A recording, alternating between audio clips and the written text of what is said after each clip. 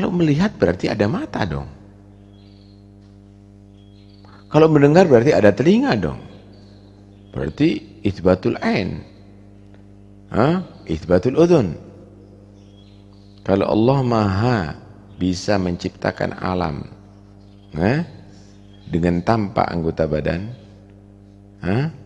menciptakan alam bukan dengan tanpa anggota badan, kenapa kita tidak meyakini Allah itu mengetahui, maha ilmu dengan tanpa otak, maha melihat dengan tanpa mata, maha mendengar dengan tanpa telinga?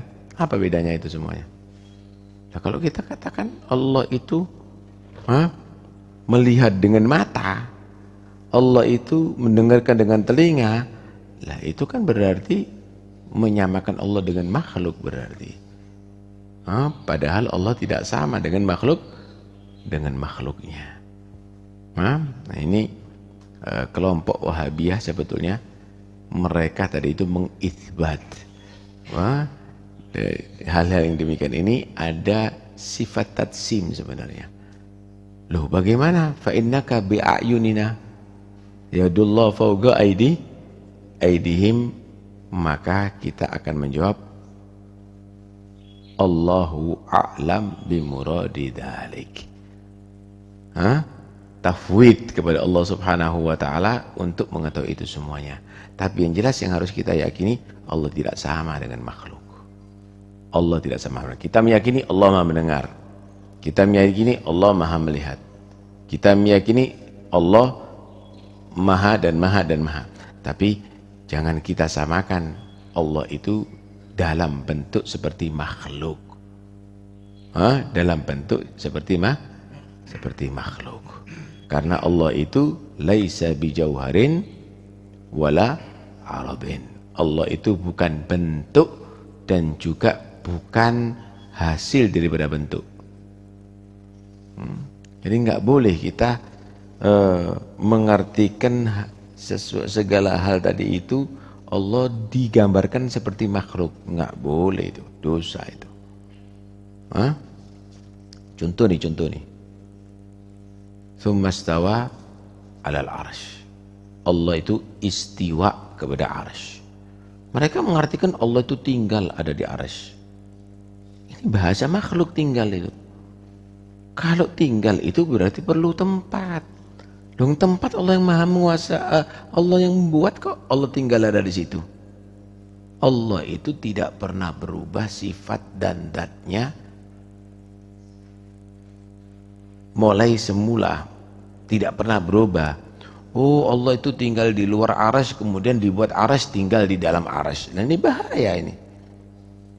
Lah kalau sudah ada mahal, ada tempat, berarti tempatnya lebih besar daripada isinya. Itu sudah makul. Ada gentong, kemudian tidak ada air, diisi air. Lah, tempatnya lebih gede daripada isinya. Ini bahaya. Karena itu jangan mengartikan istiwa itu dengan bahasa manusia. Itu bahasa Tuhan. Kalau itu adalah bahasa Tuhan, ya berarti yang paling tahu adalah Allah. Kita menyatakan Allahu a'lam bimuradi dzalik. Allah yang lebih mengetahui dengan itu semuanya. Itu tafwid namanya. Itu selamat. Kalau memang harus diartikan dengan supaya dipahamkan kepada orang awam dengan takwil. Dengan takwil. Takwilnya apa? Allah istiwa kepada arsy, bukan tinggal dalam arsy, tapi Allah menguasai itu arsy. Allah yang menguasai itu arsy. Bahaya itu. Kasih contoh lagi, ya. Yanzilu Rabbuna ila sama'id dunya inda thuluthil akhir minal lail. Allah itu turun ke langit dunia pada thuluthul akhir bilail. Kalau kamu gambarkan Allah itu turun, berarti langit itu seperti loteng. Turun. Ini menggambarkan Allah itu seperti makhluk. Lah, Allah itu turun bukan berarti turun seperti makhluk. Terus apa, bagaimana? Kalau tafwid, Allahu a'lam bimuradidah, itu bahasa Tuhan. Tidak boleh kita membahasakan dengan bahasa manusia. Terus, kalau memang harus dipahamkan kepada orang awam, pakai takwil. Allah turun bukan arti turun dari atas ke bawah. Bagi Allah tidak ada jihah. Karena Allah itu yang menciptakan jihah. Allah itu bukan turun dari atas ke bawah. Tetapi Allah itu sangat menghargai orang yang qiyamul lail.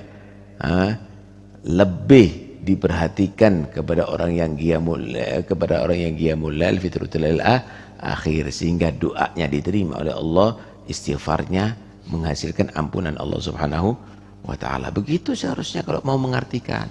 Kalau enggak, jangan ikut-ikut ngartikan.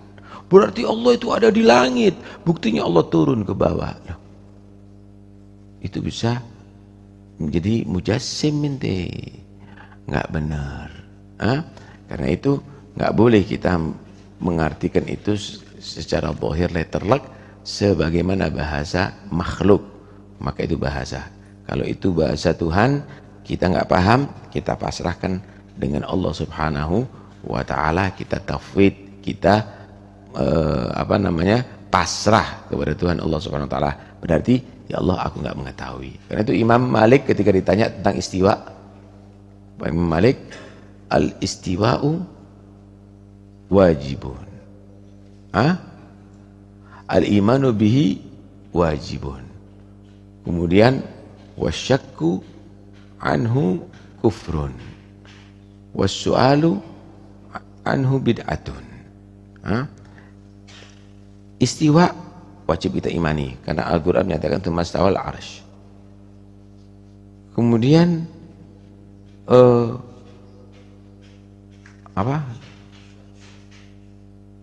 wasyakku kufrun, meragukan tentang istiwa kufur, wajib kita imani. Tanya bagaimana istiwanya itu bid'ah, sesat. Itu sesat. Karena nggak usah dibahas.